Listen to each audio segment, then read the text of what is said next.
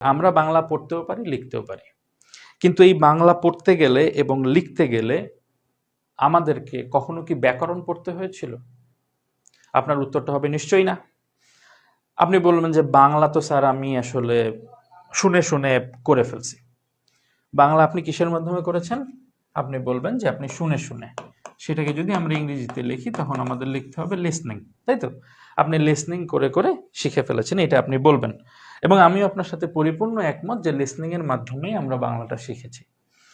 Listening করে আপনি আপনি কোথায় চলে গিয়েছেন? আপনি তারপরে কিন্তু বলা শুরু করেছেন। তারপরে আপনার আব্বা বা আপনার আম্মা আপনাকে লিখানো শুরু করেছে, তাই না? না, আপনাকে পড়ানো শুরু করেছিল।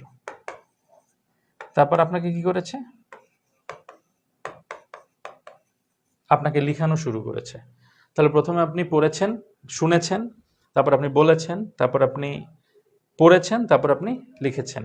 শোনা, বলা, পড়া, লেখা। এবার আপনার মাথায় প্রশ্ন আসবে এটা যে স্যার এটা তো বাংলার ক্ষেত্রে, আপনি কি বলতে চান ইংরেজির ক্ষেত্রেও এটা? আমি বাংলার ক্ষেত্রে বলছি না, এটা আপনার মাতৃভাষা তো নিশ্চয়ই। আপনি মাতৃভাষা শুনে, বলে, পড়ে, লিখে এইভাবে আপনি শিখেছেন। এবার আসি আসলে ইংরেজির কথায়। তাহলে ইংরেজি তো নিশ্চয়ই আপনার মাতৃভাষা না, তাহলে ইংরেজির ক্ষেত্রে তো এই থিওরিটা অ্যাপ্লাই করা যায় না, নিশ্চয়ই যায় না। কিন্তু ভাই, ইংরেজি আপনার মাতৃভাষা না হইলেও একজন ইংল্যান্ডের মানুষের মাতৃভাষা না?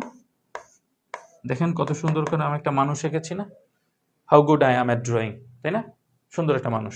ধরেন ইনি ইংল্যান্ডের একজন ভদ্রলোক, ছোট একটা বাচ্চা ইংল্যান্ডের। এখন এই ইংল্যান্ডের এই সুন্দর বাচ্চাটা, সে তো মাতৃভাষা হিসেবে ইংলিশ পেল না? নিশ্চয়ই মাতৃভাষা হিসেবে সে ইংলিশ পেয়েছে। সে কিভাবে শিখবে? সে তো লিসনিং, স্পিকিং, রিডিং, রাইটিং এরকম শিখেছে।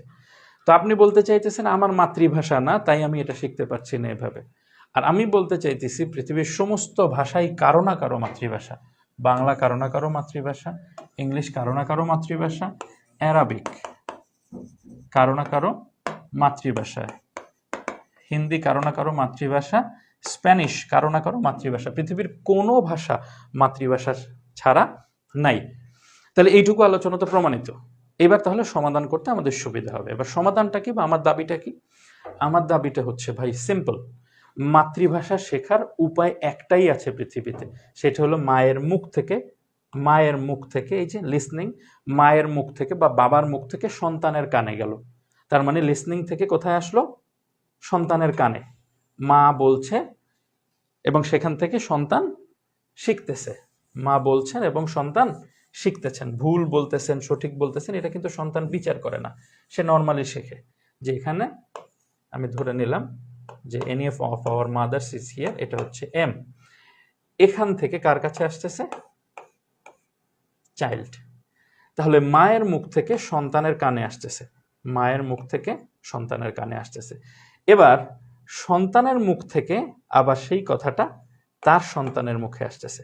পৃথিবীতে এভাবেই ভাষা সার্কেল করে এবং এটা ছাড়া অন্য কোনো উপায় ভাষা শেখার নাই। অর্থাৎ এই যে পদ্ধতি, এটা কি বলা হয়ে থাকে? লিসনিং। এবং এখান থেকে যেই আসতেছে, এই স্পিক করতেছে, স্পিক, এ হচ্ছে আবার কি করতেছে? লিসনিং করতেছে। এ আবার কি করতেছে? স্পিকিং করতেছে, আবার লিসনিং। এটাই হচ্ছে ভাষা শিক্ষার পদ্ধতি।